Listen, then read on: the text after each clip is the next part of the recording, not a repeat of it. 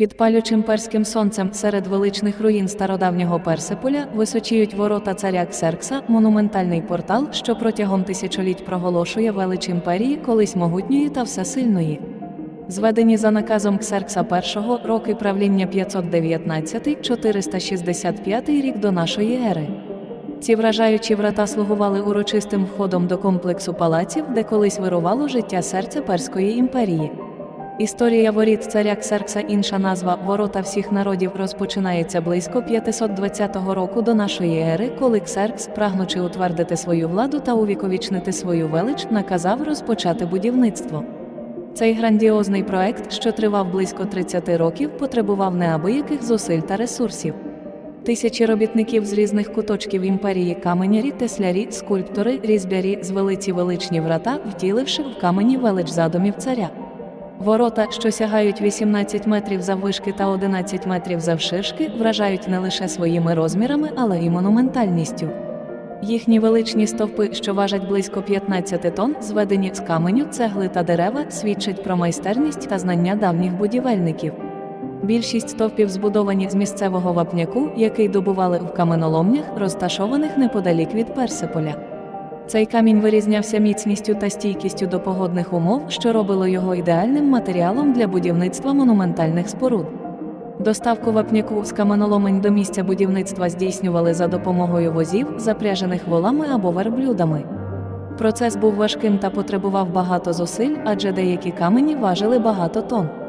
Камені для стовпів обробляли вручну за допомогою кирок, молотків та інших інструментів.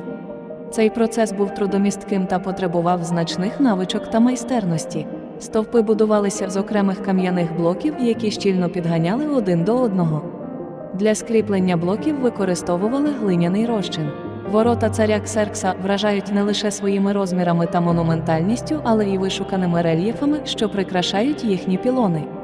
Центральним сюжетом рельєфів є процесії представників різних народів імперії, що несуть дари Ксерксу. Ці фігури, одягнені в традиційні вбрання та несуть характерні для своїх етносів дари, підкреслюють багатство та різноманіття Перської імперії. На рельєфах можна побачити представників різних народів, від мідійців, еламітів та парфян до бактрійців, саків та іонійців.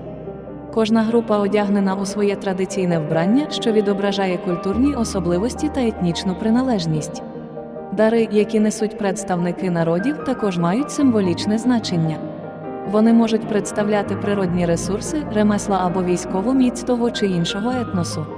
Наприклад, мідійці несуть чаші з вином, еламіти – коней та верблюдів, парфяни – килими та зброю. Ці дари підкреслюють багатство імперії та підкорення її численних народів.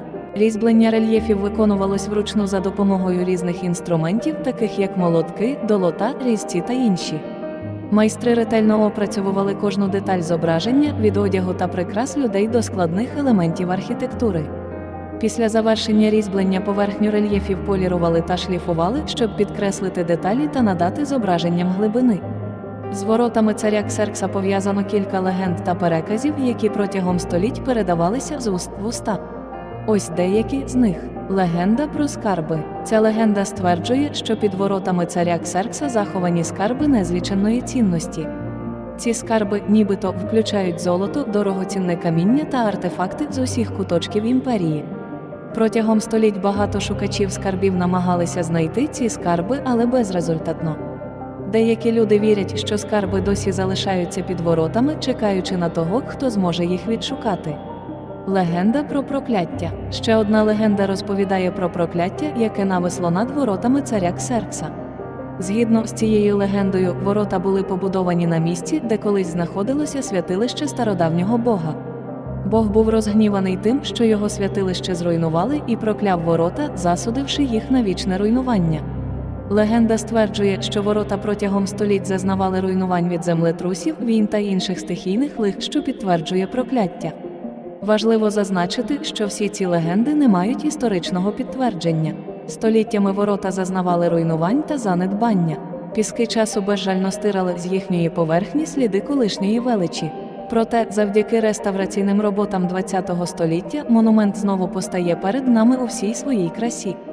Сьогодні ворота царя Ксеркса – це не лише частина всесвітньої спадщини ЮНЕСКО, але й популярна туристична визначна пам'ятка. Вони слугують нагадуванням про велич минулої імперії, про могутність її правителів та багатство культур, що колись складали її основу. Стоячи перед цим величним монументом, неможливо не відчути благоговійний трепет перед величчю історії, що прихована в кожному камені.